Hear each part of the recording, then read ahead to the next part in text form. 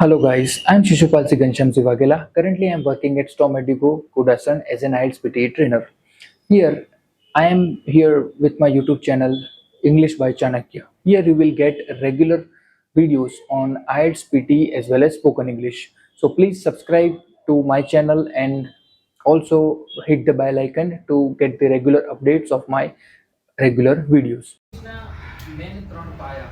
Three pillars આપણે કે જેને કહેવાય કયા કયા આલ્ફાબેટ વર્ડ્સ અને સેન્ટેન્સીસ કલેક્શન ઓફ આલ્ફાબેટ્સ એનાથી શું બને વર્ડ્સ અને કલેક્શન ઓફ વર્ડ્સ થી શું બને sentences without sentences we can not communicate આ બધાને ખબર જ હશે રાઈટ કેટલા આલ્ફાબેટ છે ઇંગ્લિશમાં 5 22 26 બરોબર એમાંથી 5 વોવેલ છે ને 21 કન્સોનન્ટ્સ બરોબર 5 સ્વર ને બીજા વ્યંજન બરોબર આમાં આપેલું છે જોકે બરોબર કયા vowels a e i o u આ 5 વોવેલ છે બરોબર અને બીજા કન્સોનન્ટ સ્વર કેમ કહીએ કેમ કે સ્વર એનાથી શું કહેવાય આપણે કોઈ બી વસ્તુ બોલીએ તો એનો સ્વર નીકળે ધારો કે ગુજરાતી સ્વર કયા અ આ ઈ ઈ ઉ એ ઓ આ ગુજરાતી સ્વર બરોબર એ જ રીતે ઇંગ્લિશ સ્વર વર્ડ્સ કેટલા છે ઇન્ફાઇનાઇટ વર્ડ્સ છે ઇન્ફાઇનાઇટ ના કહી શકાય આમ તો કેમ because there are only 700,000 words 7 lakh શબ્દો છે એન્ડ સ્ટીલ કાઉન્ટિંગ દર વર્ષે 25-30 નવા વર્ડ્સ એડ થયા કેટલા વર્ડ્સ છે 700,000 7 લાખ મોર ધેન 7 સાહેબ આમાં તો આખું ઘર વેચાઈ જાય અમારું યાદ કરતા બરોબર અને મેજોરિટી ઓફ ધ વર્ડ્સ કયા પ્રકારના હોય આપણે વર્ડ્સ નહીં કહેતા જસ્ટ ટાઇપ્સ ઓફ વર્ડ્સ કે ટાઇપ્સ ઓફ વર્ડ્સ કેટલા હોય તો કોઈ બી 7 લાખમાંથી 99% શબ્દો આમાં ફિટ થઈ જતા હશે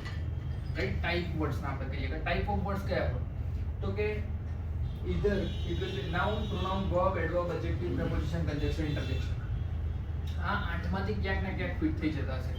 બરોબર અથવા તો એ નાઉન હશે અથવા પ્રોનાઉન હશે વર્બ હશે એડવર્બ હશે એડજેક્ટિવ હશે પ્રેપોઝિશન હશે કન્જંક્શન હશે અથવા ઇન્ટરજેક્શન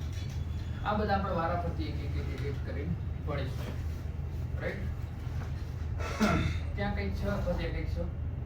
હું ક્યારનો જોઈ લઉં આ પેલી સાઈડ જોઈ છે આ પેલી સાઈડ હું તો ત્યાં જોઉં ગમે છે બટ અહીંયા તો નહીં ઇગ્નોર મેં 8 પ્રકારના શબ્દો હોય સેન્ટેન્સીસ ઇન્ફાઇનાઇટ કહી શકાય કેમ તો કે unlimited n number of sentences આપણે બની શકે right by using different combination of words we can make n number of sentences right there is no limit sky is the limit when you start making sentences done now jo there are rules for alphabet ના અમુક rules છે tips and tricks કહી શકીએ આપણે થોડા જેમ કે ACC પછી જો e અથવા i આવતો હોય ને કોઈ બી એવો વર્ડ શું હોય કોઈ બી એવો વર્ડ હોય કે જેમાં શું આવતું હોય ACC આવો આવે છે સ્ટાર્ટિંગમાં અને એના પછી શું આવે છે e અથવા i તો ACC ને x વંચાય જેમ કે જો ACCENT accent x વંચાય છે accent accessory બંને પ્રોનાઉન્સિએશન છે બ્રિટિશ ઇંગ્લિશ અને અમેરિકન ઇંગ્લિશ એક્સિડન્ટ એક્સેપ્ટ બરોબર તો શું રૂલ થયો તો ભાઈ ACC હોય કોઈ બી વર્ડમાં એના પછી શું આવતું હોય e અથવા i આવતું હોય તો એને આપણે શું વાંચીશું x વાંચીશું બીજો રૂલ શું છે ING પ્રોનાઉન્સિએશનમાં શું છે હા આમાં જો ING પૂરું નામ છે જો તમે પ્રોપર આપણે ફ્લુઅન્ટ ઇંગ્લિશ પ્રમાણે બોલવા જઈએ ને તો આ ત્રણ શબ્દો એવા છે કે જેમાં ING નું પ્રોનાઉન્સિએશન બહુ અલગ થાય છે આપણે કહીએ રીનિંગ ના કહેવાય રીનિંગ ઇટ્સ રેનિંગ ખાલી ન જ વંચાય ઇટ્સ રેનિંગ ઇટ્સ સ્પીકિંગ નહીં કહેતા સ્પીકિંગ આપણે સ્પીકિંગ કહીએ પણ એવું નહીં સ્પીકિંગ એ જ રીતે ઈટિંગ રાઈટ તો પાછળ જી નહીં આવે So that's it for today. See you in the next video, and until then, Mataji Changa Rakhe. Thank you.